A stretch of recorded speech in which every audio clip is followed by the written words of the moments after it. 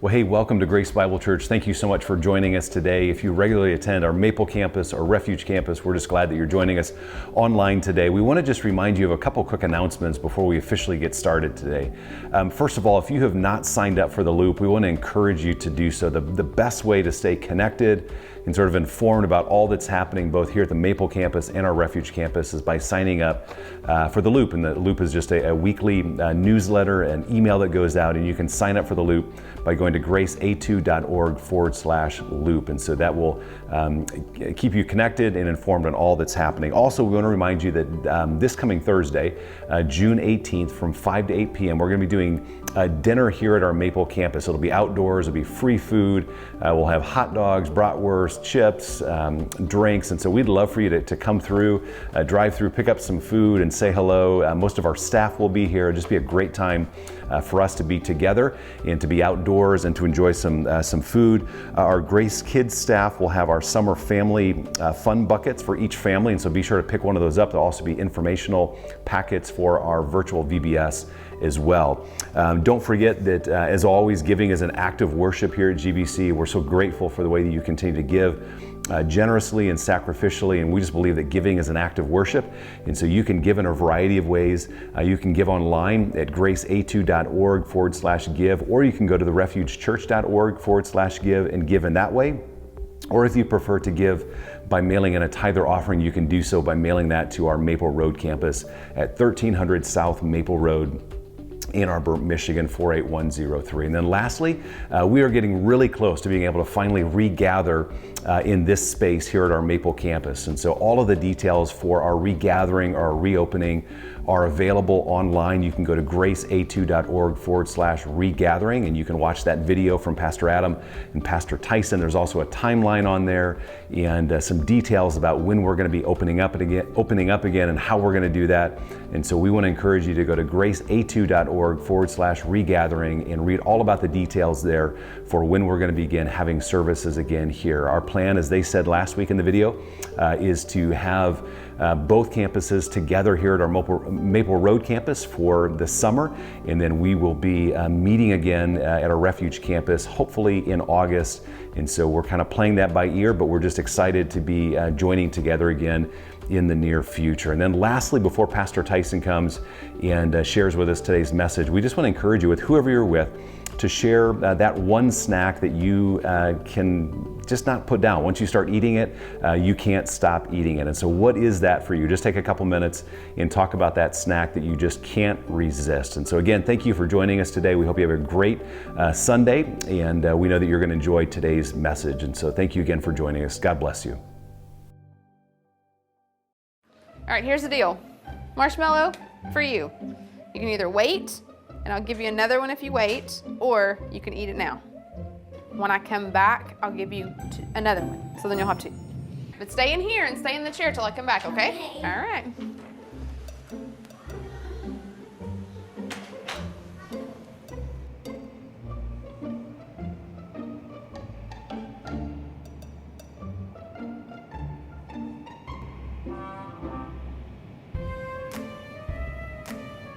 I'm gonna go do something and then I'll come back. It smells yummy. It smells really good.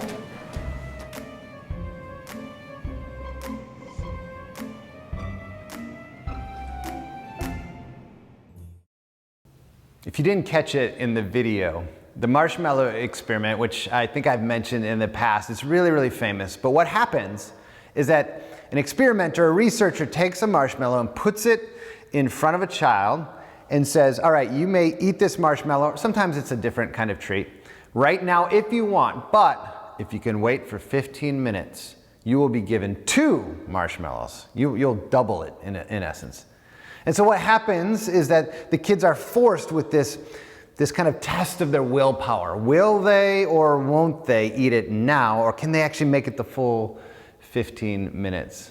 As you watch the videos, the kids' faces are so cute because some of them are just desperately wrestling with themselves. You can almost see their little minds at work as they stare at the marshmallow.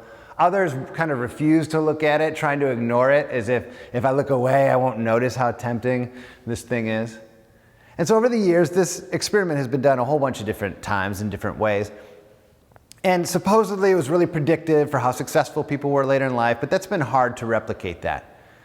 But the most fascinating part to me were these two factors that weighed hugely on whether or not children would resist the temptation. If these two things were in place, kids more often than not were easily, if not easily, they were definitely able to resist and wait the full 15 minutes. But if one of these factors was off, then more often than not the kids would eat the marshmallow. I'll tell you what it was in just a few minutes, what those two factors were that made all the difference. Much of what we've been talking about for the last number of weeks in this transformation series has been, well, things that are difficult. If not the temptation of a marshmallow per se, but it's been things that have required some degree of self-denial, of effort, of work. I mean, whether we're talking about our mental practices, deep thinking and monitoring the diet of our minds, or whether we're talking about a prayer, which we'll get into next week, or confession, which we talked about last week, whatever it is, these things require something of us. It's not just as simple as, oh, everything is perfect now. There's effort in this life of faith, into being transformed into a masterpiece.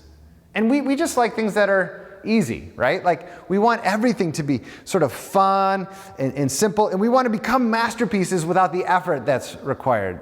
Like we see a chiseled athlete, somebody who's really fit, and we think, man, I want a body like that. But I also like tacos. I also like just doing whatever I want to do. Or maybe we see somebody who's mastered an instrument, and we think, I would love to play like that. But then the first time we try to play guitar, the strings hurt our fingers, and I was like, I wish this was easier. Or they're great at a language, and then we step into Spanish 100 or whatever the language is we're trying to learn, and we realize this isn't that easy. Moving from a novice to a master in anything has kind of difficult moments of like, this is so hard. I could just do this now, but should I really push through this for some kind of reward in the end? Whether we're trying to be physically fit or whatever type of master we want to be, those appetites aren't necessarily wrong, right? Like it's not a bad thing to want to be more fit or more something. In the same way that a marshmallow isn't like a bad thing, I mean, assuming it's like free trade and vegan and allergen free and made by people in a solar powered factory and profit sharing and they're all really happy, right? All of those things, right? If all that's in place, then a marshmallow is not necessarily a bad thing. It's fine for the kid to want it, but they know that if they can resist this kind of good thing, then there will be more of it later. The beginning of our faith experience, our faith journey, walking with Christ, is blessedly easy in some ways and kind of simple. I mean, the whole faith is not about effort for some reward at the end. It's really not. It's about the Holy Spirit coming and stirring our hearts up with affection for Jesus and what Jesus has done for us. A lot of religions are set up around this idea of, well, you have to do these practices and do this work in order to get into the faith. No. In Christianity, it's not about what we do. It's about what Jesus has done. He has given his life for us. So in many ways, our faith is as simple as saying yes to Jesus. Yes, Jesus, forgive me. Yes, I will follow you. That's it. And yet, in that moment, we're totally saved. The work is done. And yet it's also just beginning. Like we're all the way rescued in sons and daughters of God, but he's also working on us to make us into masterpieces. That we spend time with Jesus and he makes us more and more like Jesus. And so there's these practices that we've been talking about for a few weeks now.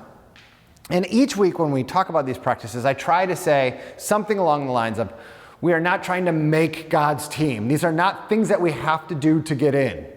And today, this is an especially important thing for you to hear because the practice we're going to talk about is difficult. It requires self-denial. It requires time and effort. And there's a lot of growth and reward, but it's just not easy. And so I want you to hear that we're not trying to make God's team by doing these things. Again, God loved the world. It's about what God has given to us, not what we give up for God. He gave Jesus that he might live and die and resurrect again on our behalf. So it's easy in that sense, but we're not trying to make his team, but we do get to train with God's team. Imagine that you're newly married and you meet a couple who's been married for like 50 years or something. And you see in that couple that they have raised a beautiful family and they just love each other and they've just done so many things in their marriage right. And so you begin to ask them, hey, what's your secret? Like, how did you become so in love and raise kids like this and all of that? And as they talk, what you're likely to discover is that there are habits, there's communication strategies, there's certain practices that they employed in their lives to create the marriage that you then see. Now, if you're wise, you walk away from that couple and you don't think, oh, I need to get married by doing all these practices. No. You're already married. But if you're wise, what you do is you see those things and then you go, I want to practice that so I can train, I can work to make this marriage something that is truly happy and lasting and like theirs. And so we have been rescued. We've been given such a great salvation, but we've also been given these practices that allow us to continue to grow, to understand who God is and just how we've been rescued. Today we're going to talk about a stomach practice. We're going to talk about fasting, abstaining from food for a spiritual purpose. Now, fasting is very, very challenging, and yet what we see is that many people in the Bible, including Jesus, fasted. In Luke 4, verse 4, it says, and Jesus, full of the Holy Spirit, returned from the Jordan and was led by the Spirit in the wilderness for 40 days, being tempted by the devil. And he ate nothing during those days, and when they were ended, he was hungry. The devil said to him, if you are the Son of God, command this stone to become bread. And Jesus answered him, it is written, man shall not live by bread alone. Jesus fasted for 40 days. Now, if you're like I am and you grew up in the church, maybe this is just one of those things you're like, yeah, Jesus fasted for 40 days. Whatever, I believe it. But 40 days, like that's an incredibly long time to go without food. Especially if you don't understand why. And do you know what the reasons are for abstaining from food? Is it even possible to go for 40 days without eating? Again, you're like, well, it's Jesus. All things are possible. Yes, true. And I agree. And you should always have that attitude. But is there any part of you that goes, this is sort of strange? Like, I'm not sure I even understand this. Well, it turns out it is, in fact, possible to fast for 40 days. People have done it since Jesus. In fact, 2 people did it in the Bible before Jesus. Do you know who they are? Two characters in the Bible fasted for 40 days besides Jesus. Go ahead, just guess with the people that you're with who those 2 people are. Kids, here's the deal. If you get them right and your parents don't, they owe you ice cream, okay? That's just because the pastor says so, right? So go ahead and guess who are the 2 people in the Bible, other than Jesus, who fasted for 40 days. If you need to hit pause so that you can get that ice cream, go for it. The 2 people, well, the first one is, I don't want to say easy because that's not exactly fair, but whenever there's a parallel in the life of Jesus and you're wondering who else in the Bible has this sort of thing going on, Moses ought to be the first person that pops to mind because there's a ton of parallels between Jesus and Moses. And so Moses fasted for 40 days after encountering God in a powerful way on the top of Mount Sinai. The second person, you might be thinking, David? No, it was actually Elijah. After Elijah had a powerful moment at Mount Carmel, and then he was headed to Mount Horeb to meet God, it says he walked for 40 days, and most scholars think that he was fasting during that time as well. It seems to say that he was fasting or he wasn't eating during that 40 days. So Moses, Elijah, and Jesus all fasted for 40 days. Why? What's the reason for fasting at all, much less for 40 days? I don't think this is suggesting that we ought to fast for 40 days. I mean, that would be pretty intense, but what are some of the reasons for fasting? Where is the resistance that we have coming from to fasting? And then lastly, what are some rewards of fasting? Well, let's start with the reasons for fasting. Before we get to the right reasons or the biblical reasons, there's 2 wrong reasons for fasting that I want to just put out there.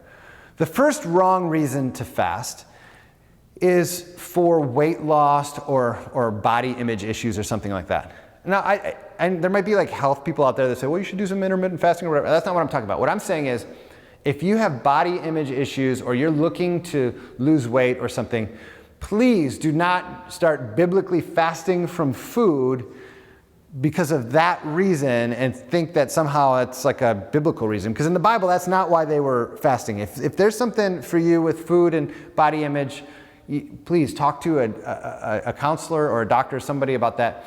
But fasting from food is probably not the best for you in this situation. There's a lot of other ways you can fast, from social media or caffeine or any number of things that are really challenging and important and will help you grow in many of the same ways. But biblically speaking, as a weight loss strategy, fasting was not done. The other reason, or wrong reason, to fast from food would be to manipulate God. Now, what I mean is, a lot of us who have tried fasting before, we kind of did it to manipulate God. One of the longest fasts I ever did was right after I graduated from college. It was right around graduation. It was like the week before, actually. And I was doing it because I wanted to figure out my life. And so I thought, okay, if I can not eat for a certain amount of time, then God will know that I'm so serious. God, I need to know what's going on in my life so much that I won't eat, you know? And it was as if I thought, I can do this, and it almost will like force God to have to speak in a different way to me or speak more clearly or something like that.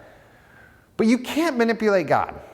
You can't force God's hand to speak to you in a certain way by not eating. So it's a mistake to think that we can like sort of work the system by not eating. Certainly, I mean, think about Moses, Elijah, and Jesus. They were not, we don't know why they were fasting exactly. It doesn't tell us, but it doesn't say that they had some grand prayer request or something. Jesus obviously doesn't need to manipulate God or like prove something. He's perfect. He doesn't have to prove anything. So we know that the reasons can't be to like lose weight, shape one's body. It can't be to manipulate God. So what are the reasons then biblically for fasting? Well, the first reason is that if it's not a reason anyway, it's a response. That fasting is a response to an encounter with God. This a life-altering encounter with God sometimes prompts people to respond by not eating. As you look at all three of these situations with Moses, Elijah, and Jesus, we see that they had these powerful encounters with God. Jesus at his baptism, of course, that preceded their then fasting. It was as if they just wanted to go spend more time deeply with God or something immediately after having this situation. When I was a teenager, if I was ever not eating, because as a teenage boy, you're just eating constantly, it seems like. If I was ever not eating for some reason, or I left a little food on the table, my dad would say, "What's the matter? Are you in love or something?" And I think that there's times in our lives where something life-altering happens, whether it's joyful, like being in love, or maybe it's grief and mourning or something, that there's just this response of not eating. So one biblical reason is that it's just a response to an encounter with God. Another reason is that fasting is focus on God. It's focus on God. Ezra 8:23 says, "So we fasted and petitioned our God about this, and he answered our prayer." Fasting is focus in prayer. We think about food a lot. And you might say, I'm not really a food person. We still think about food a lot. Like, what am I going to have for lunch? When is lunch? Did I somehow miss lunch because I'm strangely hungry right now? Food planning, grocery shopping, whatever it is. We tend to think our focus is always a little bit distracted by food. If you don't believe me, like right in the middle of the sermon, if the smell of bacon, or vegetarians like carrots, or something comes down from the kitchen in your house, all of a sudden you're totally distracted, aren't you? And so fasting in some ways is a way of saying, I'm going to take this thing that dominates so much of my time and I'm going to put it to the side so that I can then focus in prayer. And in some ways, that's what's happening in Ezra 8. They were going to petition God about something specific and focus in their prayers. Fasting is also grief and discomfort before God. We see this in a number of places in the Bible, but one of them is in Judges 20. In verse 26, it says, "Then all the people of Israel, the whole army, went up and came to Bethel and wept. They sat there before the Lord, and they fasted that day until evening and offered burnt offerings and peace offerings before the Lord.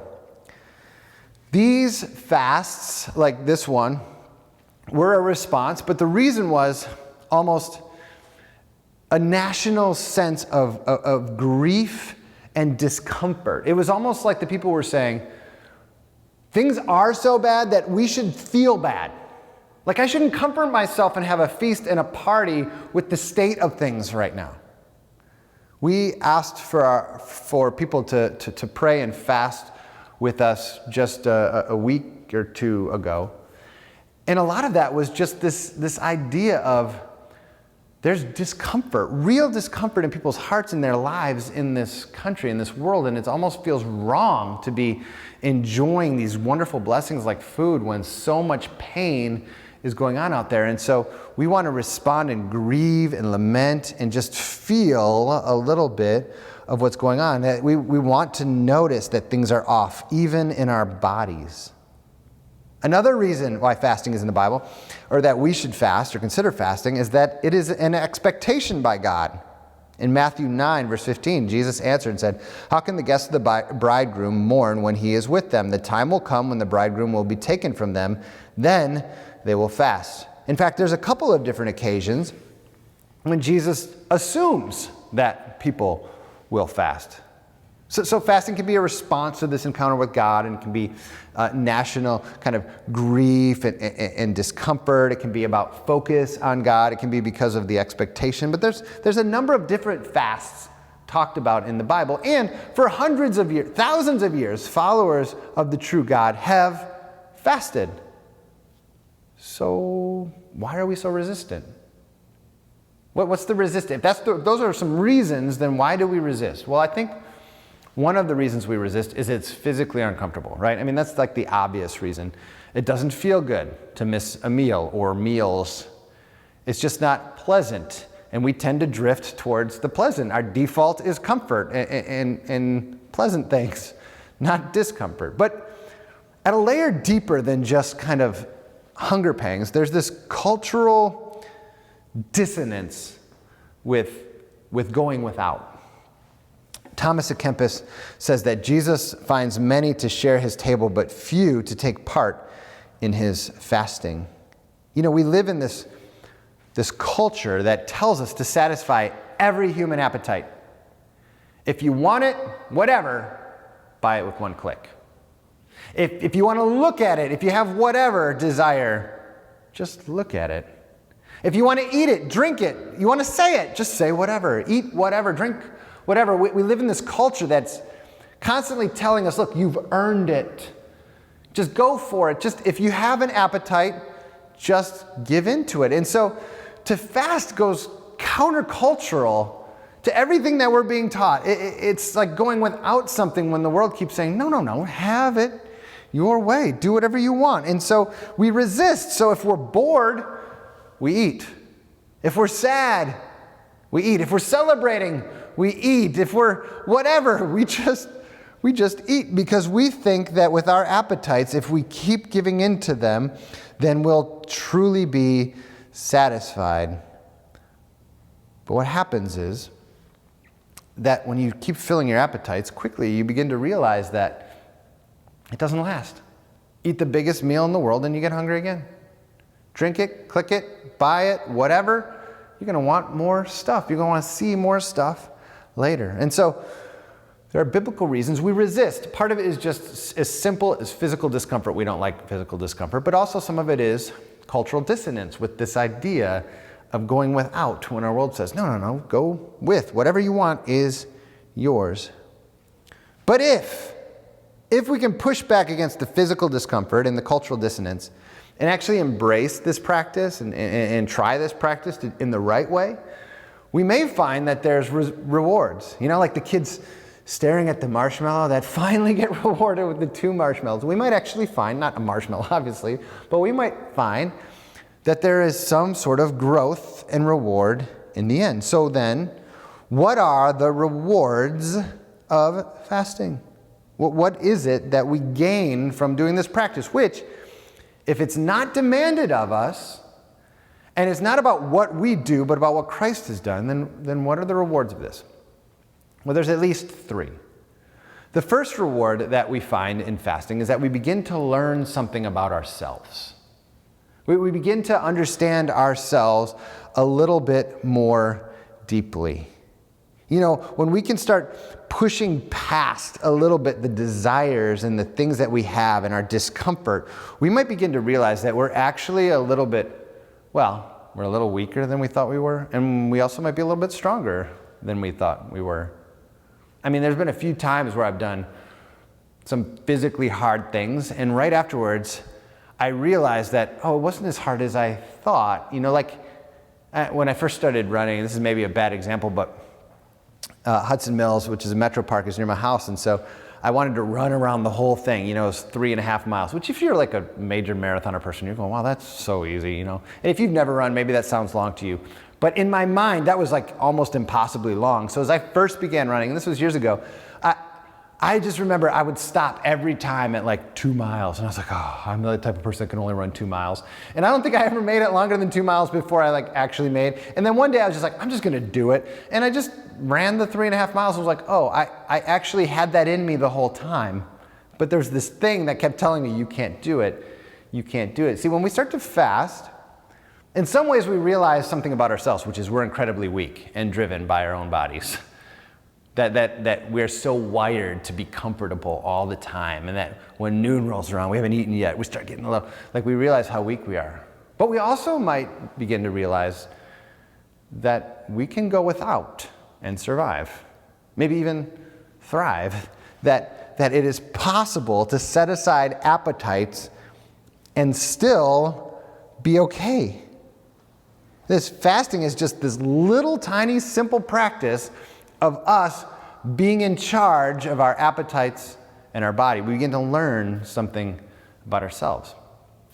That's the first reward. If you're like, I don't care about learning about myself, well, there's 2 more. So the second reward of fasting is that we begin to grow in compassion for other people.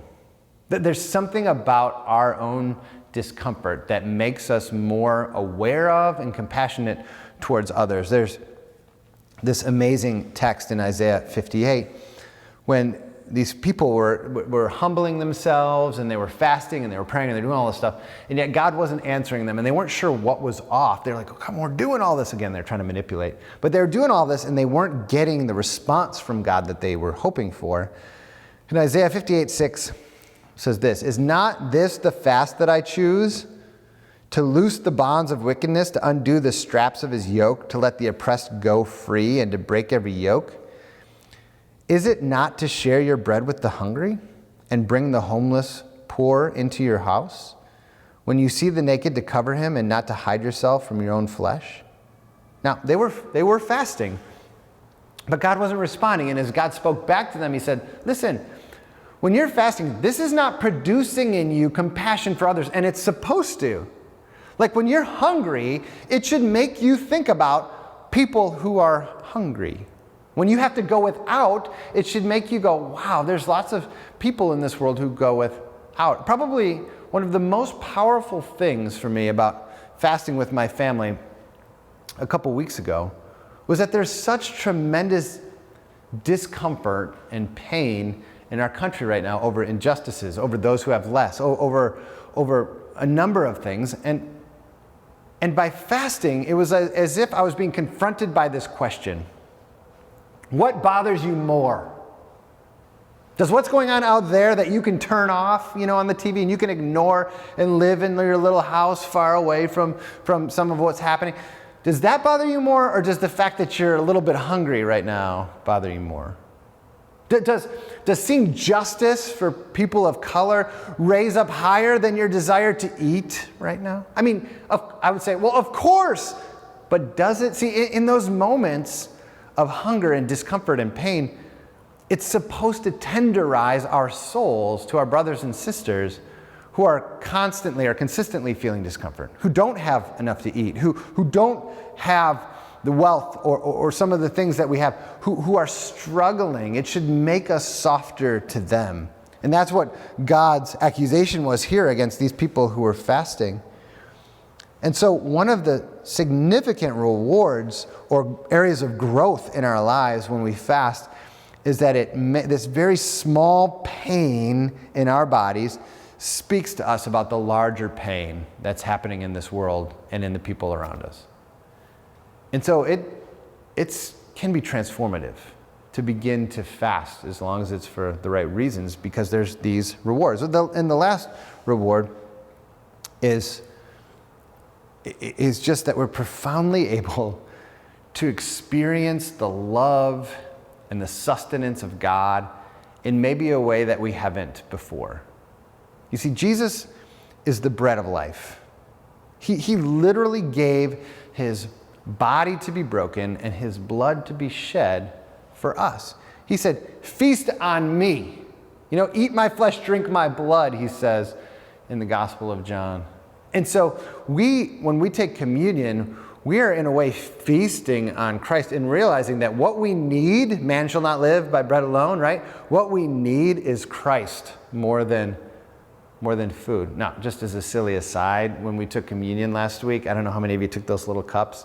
I was hoping for this deep reflective moment, and as soon as we ate those sponge crackers, it was hard to keep a straight face. But when we come together and when we just feast on who Christ is and on his word, we begin to realize that what we really need is more than a sandwich. It's more than to hit noon or 6 or whenever our meal times are. What we need is to take in the very words of Christ. Food, it becomes us in a way, right? We ingest it, we digest it, our bodies use it. The same is kind of true about words. John Ortberg, when preaching on fasting, he says, a word comes from a parent to a child. Don't be afraid, for example, I'm with you. That word from that parent literally connects neural pathways in the child's brain. It causes synapses to form that allow the child to regulate themselves, to comfort themselves, to encourage themselves. A word literally becomes a part of your body. We are, in some ways, literally shaped and nourished by the Word of God. And when we fast and we set aside other kinds of nourishment, we begin to realize and experience the love, the sustenance of God in a very different way, that he is our life and our comfort.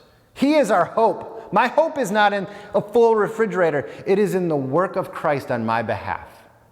And so we begin to experience God in maybe a different way as he meets us in that need and shapes us and transforms us into his masterpieces, that he is the one nourishing and revealing more of himself to us.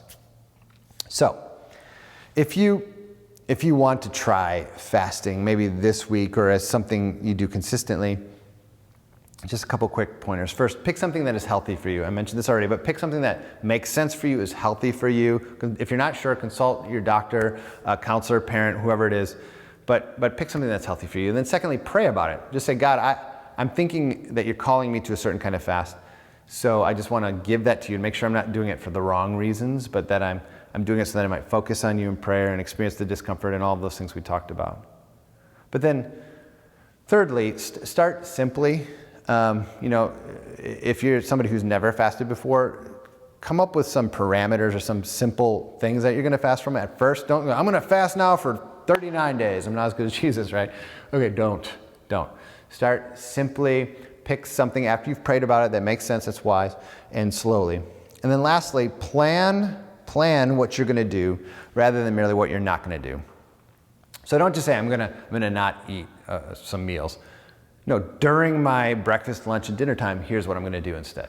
I'm not going to look at social media. Well, during the times where I click on social media all the time, right? I'm going to do this instead. During the time I'm making coffee in the morning, I'm going to do this instead. Whatever it is that you're fasting from, figure out what you're going to do during that time, not just what you're not going to do.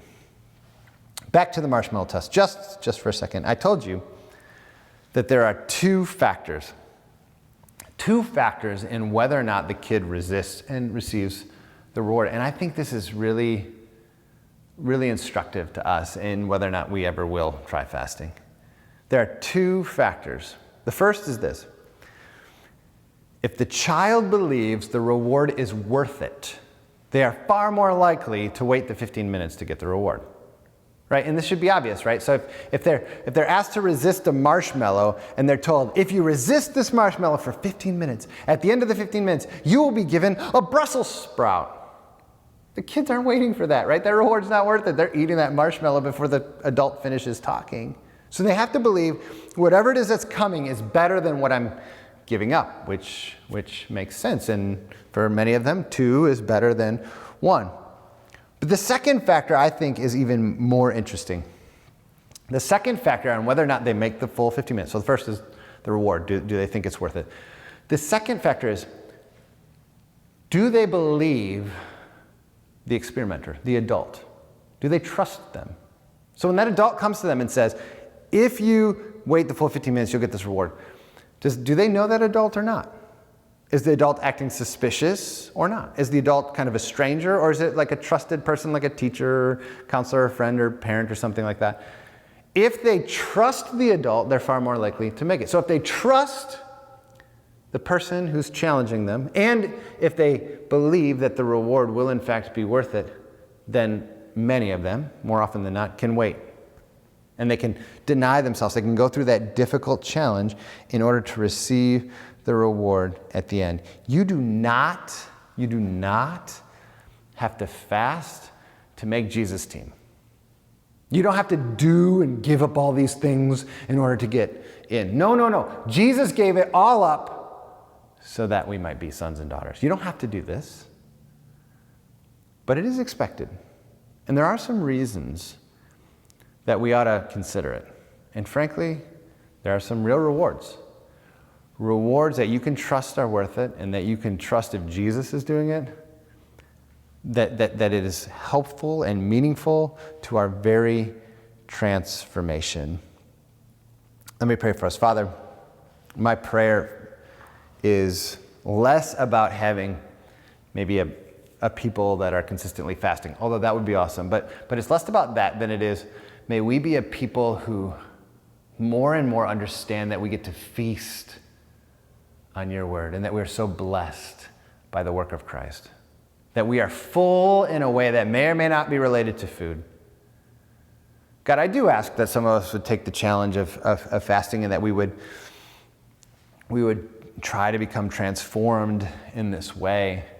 But I pray that would only come out of the right reasons, the right motives, and that you would richly meet us in those uncomfortable moments, so that we might experience what only you can provide, more of yourself. Father, I love you. I thank you so much that not only do you give us a great salvation we don't deserve and we just say yes to, but you also give us some practices that we can participate in so that we might be transformed. We pray all these things in Jesus' name. Amen.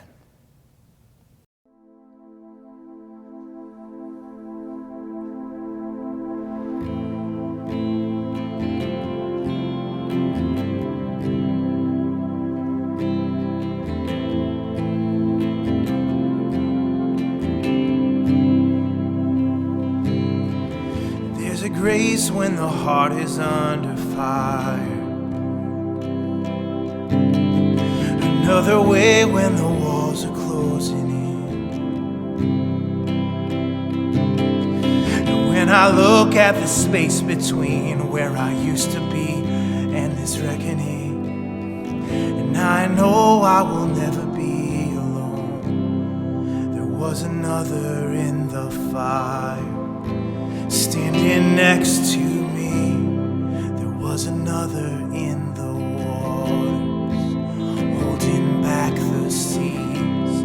Should I ever need a reminder how I've been set free, there is a cross that bears the burden, where another died for me.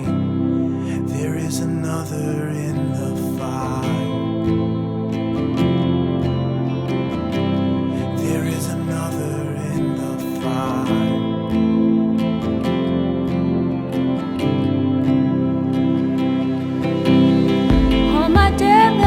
Beneath the waters,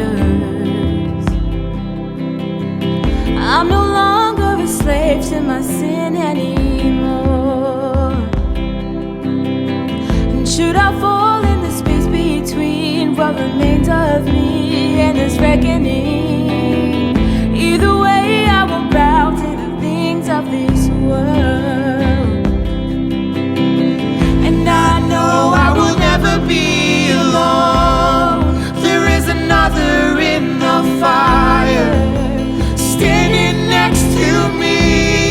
There is another in the water, holding back the seas. Should I ever need reminding what power set me free? There is a grave that holds nobody, and now that power lives in me. There is another in the fire. Oh, there is another in the fire. Oh, there is another in the fire. Oh, there is another in the fire. And oh, and I can see the light in the darkness as the darkness bows to him. I can hear the roar in the heavens as the space between wasted. And I can feel the ground shake beneath us as the prison walls cave in. Nothing stands between us. Nothing stands between us.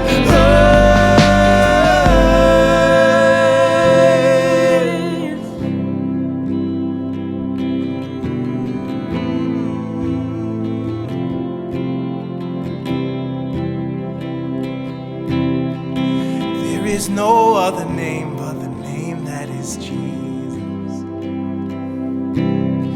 He who was and still is and will be through it all. So come what may in the space between all the things unseen and this reckoning, I know I will never be alone. And I know I will never be alone. There'll be another in the fire, standing next to me. There'll be another in the waters, holding back the seas. Should I ever need reminding how good you've been to me? How come the joy come every battle? 'Cause I know that's where you'll be. How come the joy come every battle? 'Cause I know that's where you'll be. How come the joy come every battle? 'Cause I know that's where you'll be. How come the joy come every battle? 'Cause I know that's where